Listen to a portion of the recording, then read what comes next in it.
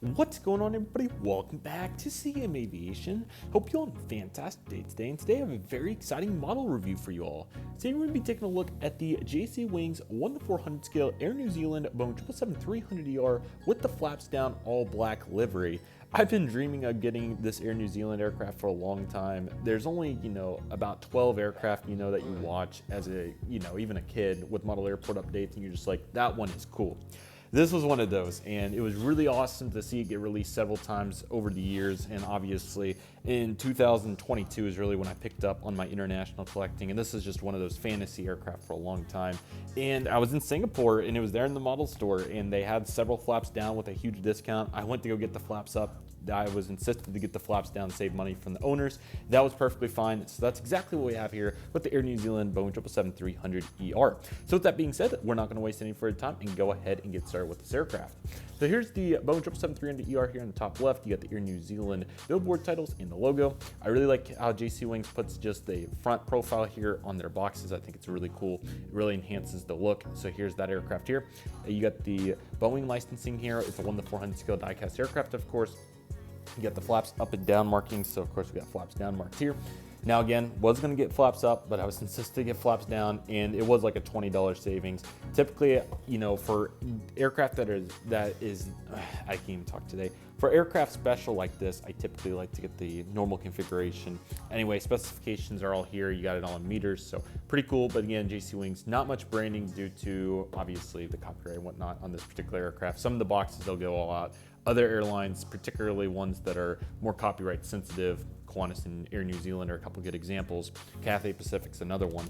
They'll typically go pretty light on that just to save the pain of, licensing and whatnot. But anyway, that's enough on that. Let's go ahead and take a look at the Air New Zealand Boeing 777-300ER flaps down. Now again, this aircraft was super cool, especially after seeing this aircraft in Sydney. So that was the stop before Singapore. So all these elements come together along with the upcoming new Southeast Asia Model Airport project, or wherever I decide to put it, Australia.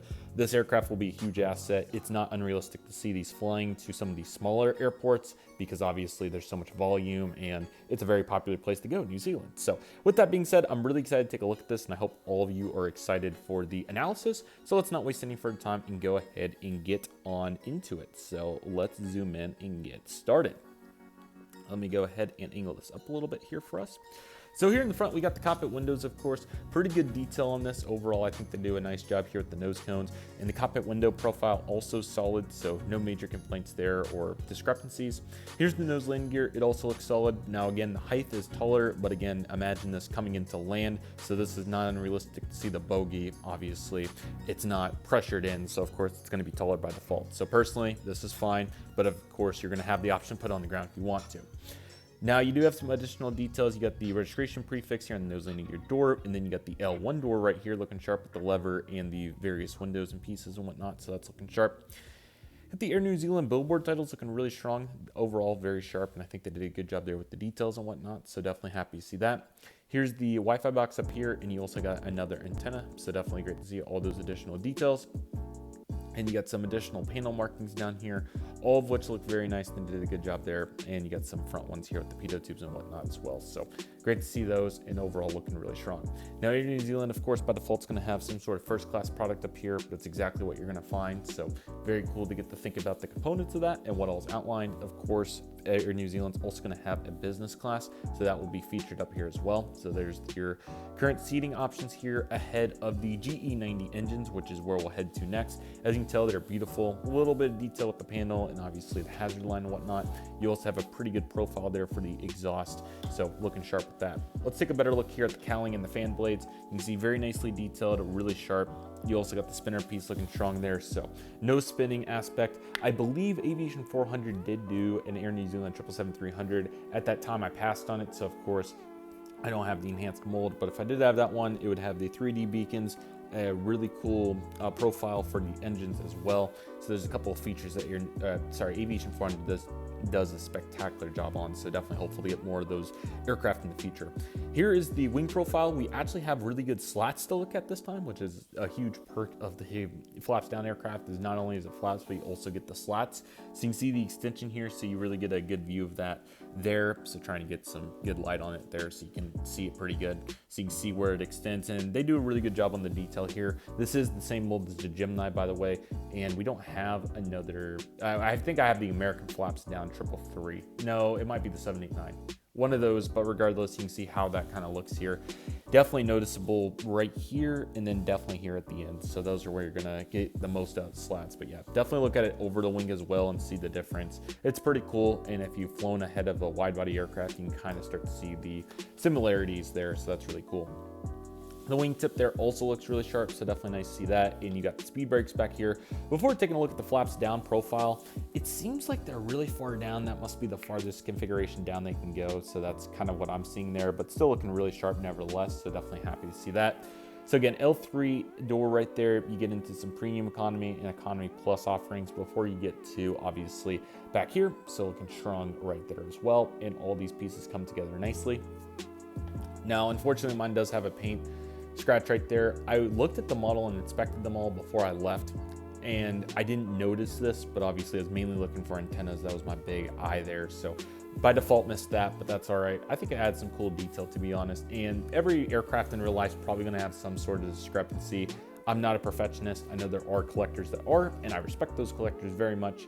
In my particular case, it doesn't bother me, and I think it is cool when every model, you know, does have a little bit of, you know, almost real life aspect to it, and this is definitely not unrealistic at all. So I consider it to be even more realistic in that case.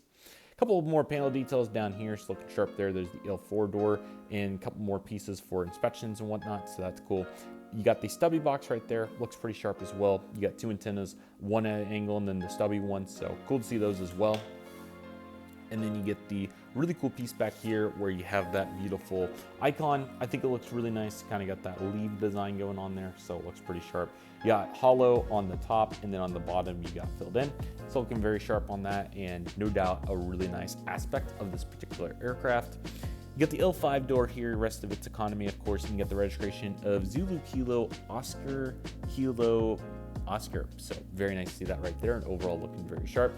Here is the tail right here and the vertical and horizontal stabilizers. Obviously tail's the vertical stabilizer, but didn't want to leave that aspect of it out, but overall looking very nice. Now, of course, this typically would be the only place to tell where you'd have the black livery on it, but of course this particular aircraft has it for the whole aircraft, which is really cool. I believe Air New Zealand has an all black A321neo and the 777-300. I don't know if they have an ATR that's all black or not, but yeah, Air New Zealand's livery progression is pretty cool. If you've watched my release reactions, they've obviously had several teal aircraft. That was their previous livery before this one. APU detail in this aircraft is also very nice, so definitely note that, and overall looking really strong.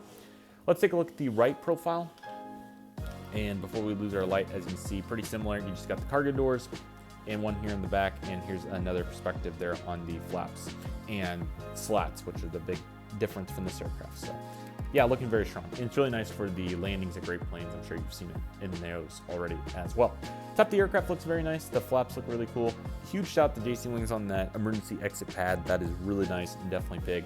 Also really want to note the indentations on the wing. Really great job here on the detail. It's really nice to see those, and it really adds character, especially when you have the flaps and slats extended profile on there. So that's really cool.